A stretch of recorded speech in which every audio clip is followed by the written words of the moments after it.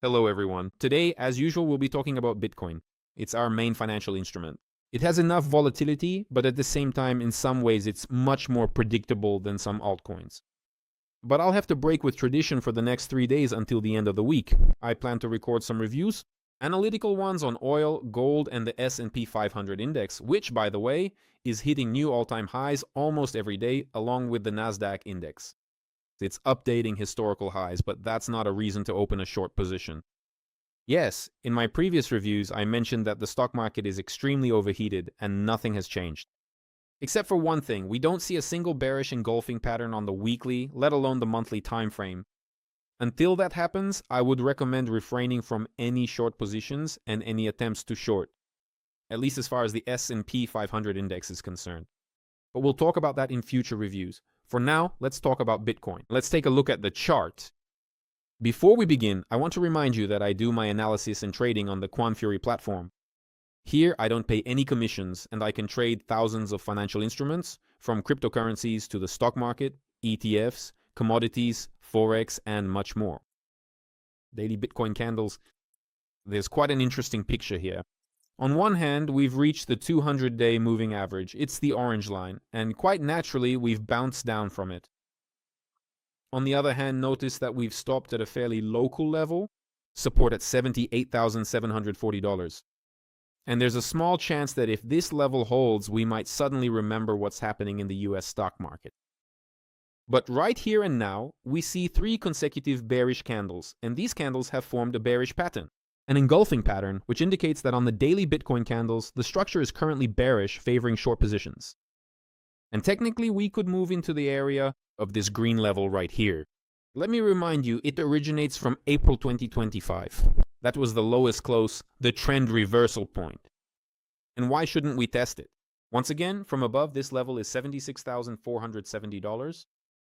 But if it happens that Bitcoin breaks through the 200-day moving average and engulfs yesterday's red bearish candle, then in that case, we once again have the previous targets I mentioned earlier. That is $84,250. Why this level? Because there was also a local reversal point here. This was the lower boundary of the sideways range, which we kept hitting with the candle wicks. But as soon as we closed below it with the candle body, there was an immediate sharp decline. And finally, the next level. This is the upper boundary of that same sideways range we had in December and January of this year. December of last year, January of this year. That is $94,270. And these levels fit the situation very well. Growth level on Bitcoin's weekly candles. Pay attention. At the moment, we are passing the $80,000 mark. But that doesn't mean anything until we see the close of today's or some other daily candle where we close above this red candle from yesterday, unless, of course, we get new candles. This is the minimum condition. So the daily candles at the moment are indicating a decline, but what do the weekly candles say? And the weekly candles are telling a completely different story. Take a look. On the weekly time frame, as I mentioned in my previous reviews, we have engulfed this huge falling candle with a yearly low of $60,000. This happened 3 weeks ago, or 2.5, and we set a technical growth target at the base of the previous red candle. Here it's orange, which is $87,000. And right nearby, at the $88,000 level, is the 100-week moving average.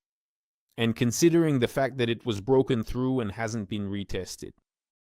The 50-week moving average, so when we approach the 100-week moving average, there's a high probability that we'll also head towards the 50-week moving average.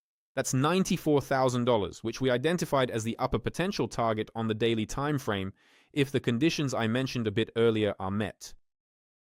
Well, in this video, of course. So, on the weekly candles, what did we get this week? A decline to the base of last week. We didn't quite reach it, as you can see, but we came very close. That was potentially the best entry point. Well, potentially. We don't know yet how the daily candles will close in the coming days, or how the current week will close. But this is the limit of the correction, the acceptable limit that doesn't break the structure of the upward movement on the weekly candles. And in theory, there is a chance to see, once again, a continuation toward our targets. In the area of $87,000 to $88,000 and potentially even $94,000, where this trading range is at its upper boundary. We could finish here, but the review would be incomplete if we didn't look at the monthly candles. On the monthly time frame, pay attention. Right now, we don't know how the May candle will close, but for the first half of May that has passed, today is May 14th, we have a bullish engulfing of the February candle. But I emphasize, it's too early to talk about this. If this engulfing does happen, then we could see it. Exactly the same situation with Bitcoin as we saw in the stock market. We'll continue to see. That is a global trend reversal from the perspective of monthly candles, with the first growth target around $88,000, which generally aligns with what we have on the weekly candles. And potentially the next target is already $110,000. Well, and from there, it's not far to updating the all-time high around $126,000. But again, all of this is just wishful thinking. For now, we can only talk about one thing. On the daily time frame, the situation still remains bearish. On the weekly time frame, it's bullish with targets at 87 to 88, while on the daily chart, the targets for a decline are 76 to 76.5. On the monthly time frame for now, let's say it's borderline, but with the potential to move up to around $88,000. Again, it's not forbidden to go up there and then pull back down and close below the opening point of the February candle. And then that would be a very bad situation, especially if we close the May candle in red. But let's wait until the end of the month before drawing any conclusions about the monthly time frame. For now, I still expect growth towards the 87 to 88 range, possibly after a correction down to 76 to 76.5. If you enjoy this kind of wonderful analytical content, deep, varied, with explanations, if you like it, the QuantFury platform where we do our reviews allows us to trade commission-free with a wide range of instruments, so please subscribe to this YouTube channel, leave your comments and opinions about the current market situation, and I'll see you in the next reviews. Goodbye.